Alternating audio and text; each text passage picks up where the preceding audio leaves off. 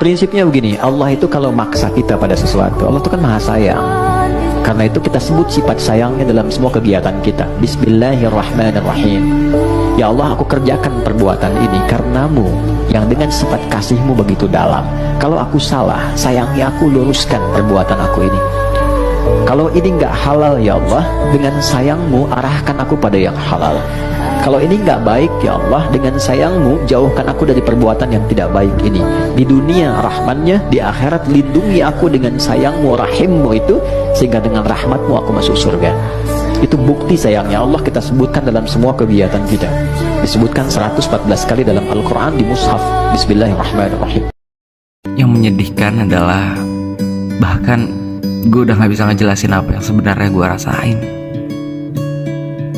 Gue mulai sering bengong, tatapan sering kosong.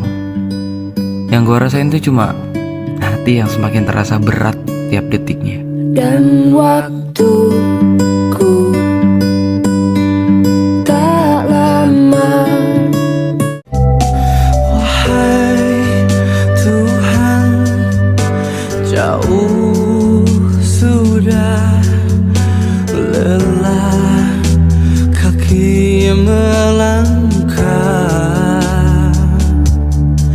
Aku hilang tanpa.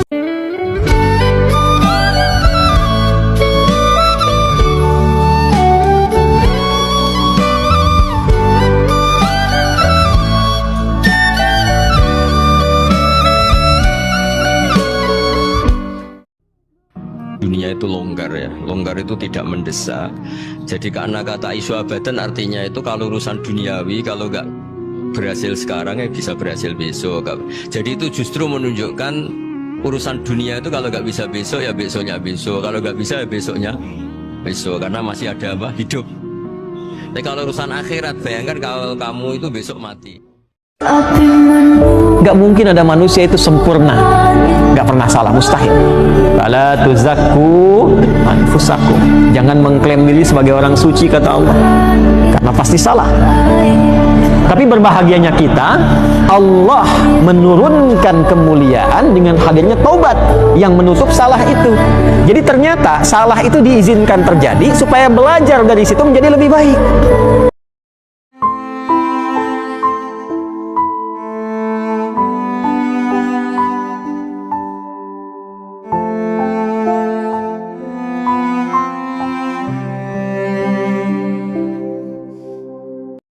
Jadi pemenuhan kebutuhan yang sebenarnya adalah kita berusaha menghindari sebanyak mungkin kebutuhan yang sekunder, yang nggak penting. Bukan memenuhi semua yang kita inginkan.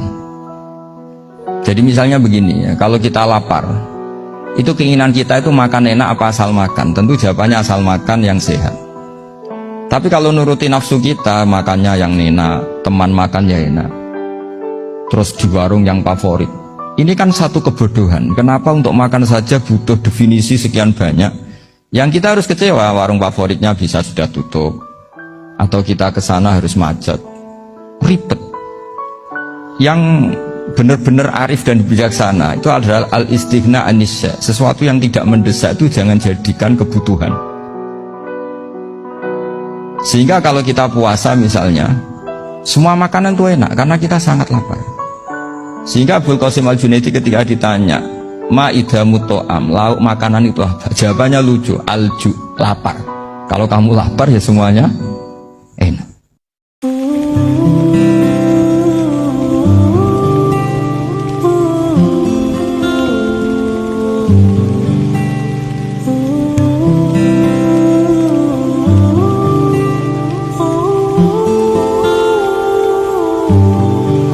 بصراحة بطيبة قلبه مش موجود، بصراحة رحبه بدون حدود، بيحميني بيبقى حدي، بيعمل لي شو ما بدي، عمري حده مليان ورود.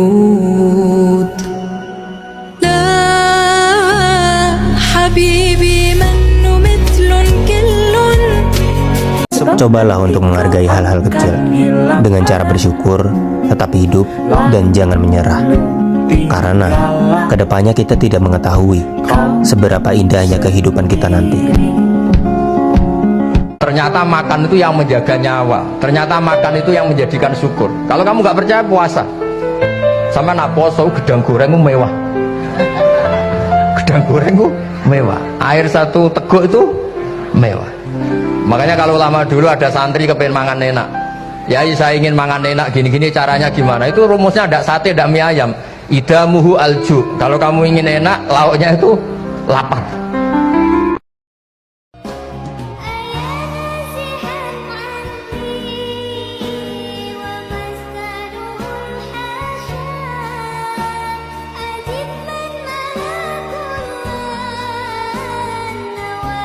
Pakai baju bagus dibilang flexing, pakai baju biasa dibilang miskin, banyak ngomong dibilang sok pinter, diem aja dibilang bodoh, sukses dibilang pewaris orang tua, kalau susah dibilang elunya aja males-malesan.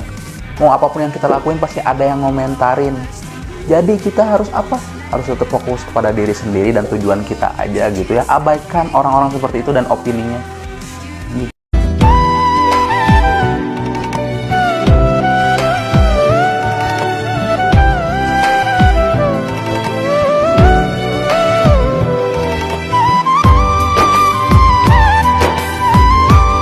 الهجرة رحلة هادينا حمل الإسلام لنا دينا الهجرة رحلة هادينا حمل الإسلام. Kamu jangan tertipu oleh kehidupan dunia. Ibaratnya Allah yang pinggirem, dat paling penting, paling pokok. Tapi kamu abai. Oke, kamu bilang jabatan penting, teman penting, mitra pejabat penting, komunitas penting. Kamu sampai lupa bilang nah Allah itu lebih penting. Nah ini sudah mulai kena hijab. Nah orang yang kena hijab ini nanti tidak bisa masuk surga karena Allah duka, dengan duka marah besar. Allah ngendikan kalla innahum ar-rabbihim yauma idzil lamahjubun. Orang-orang ini nanti ketika di akhirat terhijab dari saya karena zaman ning dunya ora tau roh aku.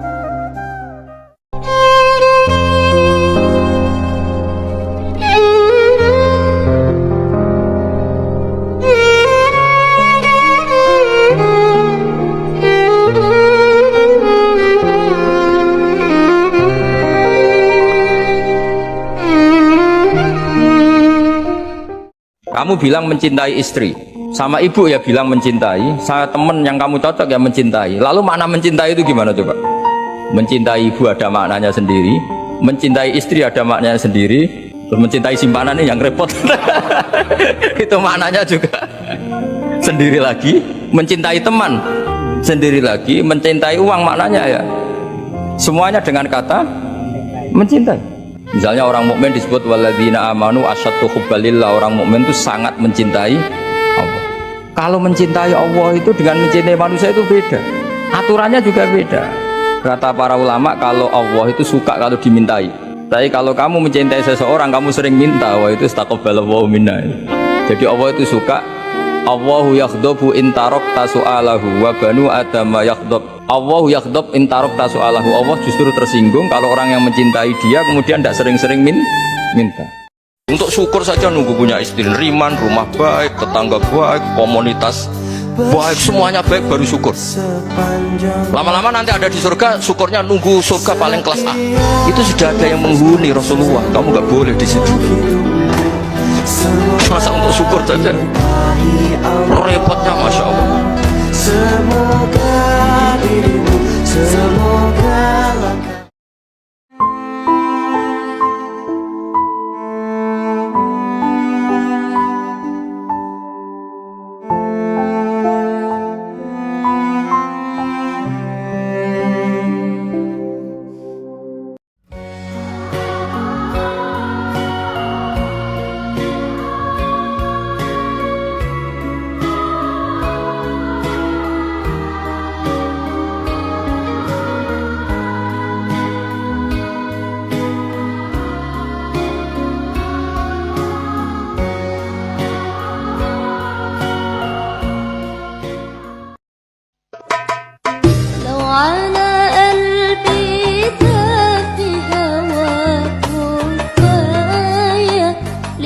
صغر وعنف وأيام.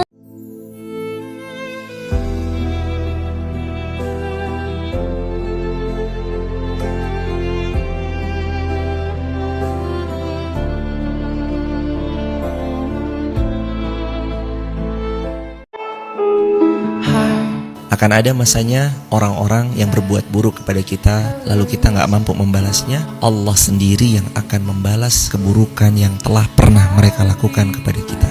Dan balasan Allah itu surprise luar biasa, pedihnya bukan main. Maka jangan kotori tangan kita untuk membalas perkataan keji mereka. Pakai tangan untuk zikir kepada Allah, pakai tangan untuk berderma, pakai tangan untuk membantu sesama. Mereka yang zalim kepada kita, itu biar Allah yang mengurusnya. Dulu itu ada guyonan, ada tokoh Mu'tazilah, kelompok dalam Islam yang berpikir manusia itu bisa menentukan ikhtiarnya sendiri. Karena saya bisa duduk, ingin duduk, ingin berdiri, berdiri. Karena kelompok ini gak terima kalau semua kehendak Allah, nanti bagaimana kalau semua kehendak Allah kok ada hisab, ya ada sanksi. Dan itu dia menjadi ahli sunnah itu oleh hal-hal yang sepele. Karena istrinya cantik, ya namanya suami istri hubungan intim. Terus ditanya, Mas masih ingin lagi? Masih. Silahkan diulang lagi. Wah ya tidak bisa. Katanya manusia bisa menentukan yang diinginkan. Itu tobat itu. Segampang itu. Akhirnya kita tahu orang yang punya akal karena sadar ini wilayah Allah, semua milik Tuhan. Itu dia tiap hari berpikir besok Allah akan melakukan apa terhadap dunia ini. Kamu merencanakan sesuatu mau plesir ternyata gempa, mau wisata ke Rusia ternyata perang. Kamu tidak pernah tahu apa yang akan terjadi besok. Di dunia ini manusia yang paling harus kamu kasihani adalah dirimu sendiri. Surga belum jelas, amal masih kurang, ibadah masih lalai, omongan kadang nggak dijaga, suka nunda sholat, dan sangat akrab dengan rasa malas.